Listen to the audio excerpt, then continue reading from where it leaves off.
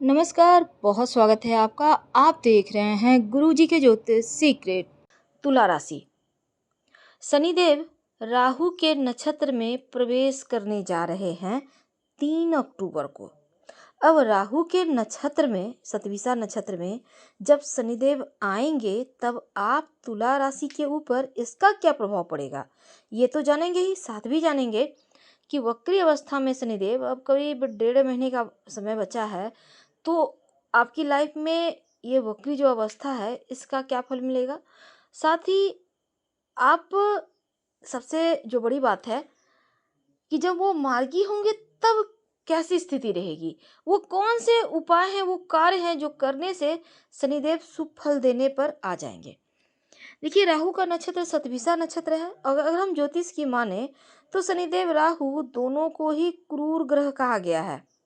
जैसे शनिदेव देते हैं तो आकस्मिक रूप से देते हैं, उसी तरह राहु भी देता है तो आकस्मिक, लेकिन राहु का दिया हुआ स्थिरता के साथ देता है राहु। और शनिदेव का यहाँ पर देखिए आप, तुला राशि वालों, शनिदेव का ये नक्षत्र परिवर्तन आपके लिए शुभ है। वैसे तो कहा जाता है कि जिस व्यक्ति पर प्रसन्न हो जाते हैं शनिदेव, रंक से राजा बना देते हैं, और क्रूर दृष्टि डाल दे तो मुसीबतें बढ़ा देते हैं। लेकिन तुला वालों, आप तो बड़े लकी निकले। यहाँ पर आप बड़े ही भाग्यशाली रहने वाले हैं, क्योंकि तुला शनि की सबसे प्रिय राशि है, उच्च की राशि है। सबसे ज़्यादा फायदा आप ही को होगा, क्योंकि शनिदेव देने वाले हैं। इसमें क्या क्या मिलेगा सतभिषा नक्षत्र में आके, राहु के नक्षत्र में आके? देखिए, एक तो विदेश यात्रा के योग बनेंगे।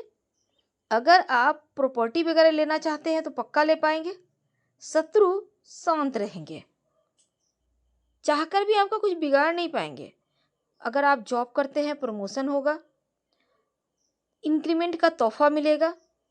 आपको आपके मन पसंदीदा कार्य करने का और घूमने फिरने का भी योग बनेगा, साथ ही ट्रांसफर के भी योग बनेंगे, यानी कामयाबी ही कामयाबी। तो समाज में आपका जो दबदबा है, रुतबा है, स्टेटस है, वो कायम रहेगा। बच्चों से जुड़ी कोई बढ़िया खुशखबरी मिलेगी। इस पीरियड में वाहन का सुख मिलेगा। लेकिन वक्री शनिदेव और भी बहुत कुछ देंगे, और कुछ चीजों का आपको पालन करना होगा। 29 जून से वो वक्री चल रहे हैं, 15 नवंबर तक रहेंगे। तो ये जो वक्त है मध्यकाल, इसमें कुछ बेहतर कार्य आपके बनेंगे, क्योंकि अब तो राहु की भी मेहरबानी बरसने वाली है। तो अगर हम वास्तव में देखें तो शनिदेव से अपने कर्म की प्रार्थना करते रहिए, अच्छा कार्य कीजिए। कार्य में सफलता तो आपको मिलेगी ही। वक्री अवस्था में है तो एक नहीं बल्कि 3 स्थान ऐसा होगा जहां इनका प्रभाव रहेगा, और उन तीनों स्थानों पर अपना काम करके उस स्थान को बैलेंस भी करेंगे। अब करियर के मामलों में आपको तरक्की तो देंगे ही, आपको ऊंचाइयां देंगे। जो 1.5 महीने का वक्त है, सफलता के शीर्ष पर पहुंचा के ही दम लेंगे। शनिदेव आपके 5वें घर में बैठे हैं, तो ये भी बहुत उत्तम योग है।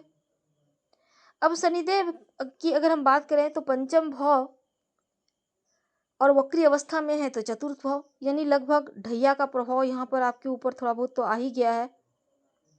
पर बुरा प्रभाव नहीं है, क्योंकि बहुत ज़्यादा देंगे पंचम भाव से जुड़कर। आपके फंसे हुए तमाम कार्य बनेंगे।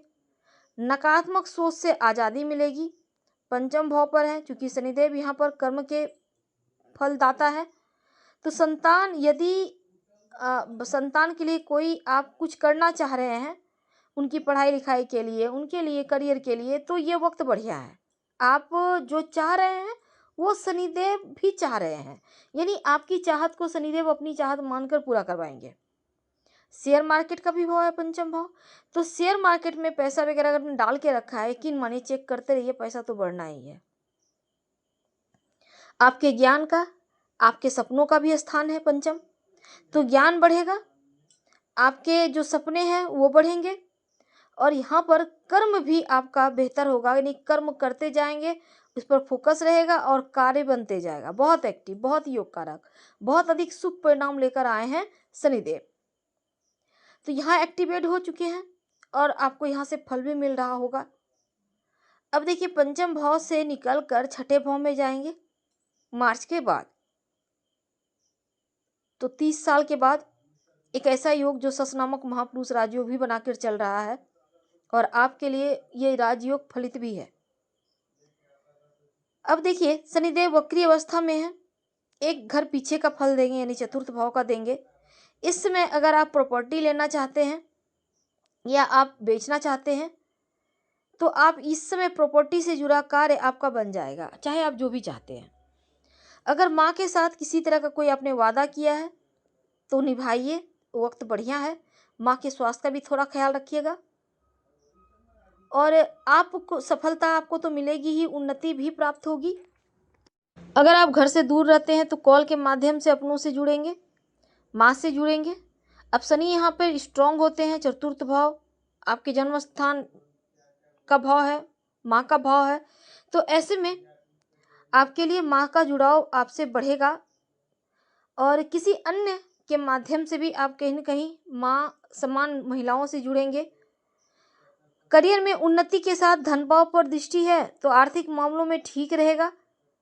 बहुत दिनों से अगर आप घर जाना चाह रहे थे अपने जहाँ पैतृक आवास पर तो वहाँ जा पाएंगे।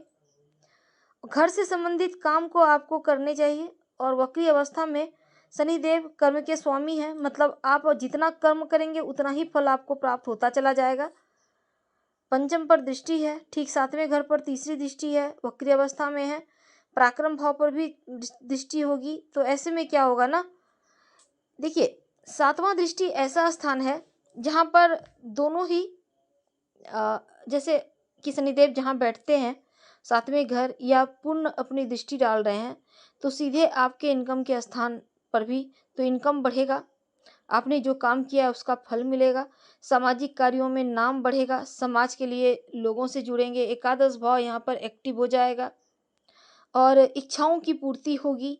जितना आप चाहते हैं सबकी सहायता करना, सारे कामना पूर्ण होंगी। सोसाइटी के लिए भी शनिदेव आपको बहुत सारे फायदे यहाँ पर देंगे, आप सोसाइटी के लिए बढ़ चढ़ कर काम करेंगे। जो भी काम आपके पेंडिंग है इस समय शनिदेव खुद आपसे पूरा करवाएंगे। और एकादश भाव जो है ना इच्छाओं की है, तो आप जो भी काम करते हैं, जो इच्छाएं हैं वो आपकी पूरी होगी, चाहे वो 1 लाख की हो, 1000 की हो या 1 करोड़ की हो। बस इच्छा कीजिए और मेहनत कीजिए, जरूर पूरा होगा, क्योंकि मानसिक रूप से आप तैयार हैं और शनिदेव देने को आ गए हैं। एकादश भाव चाहे स्वास्थ्य का हो या दिमाग का हो।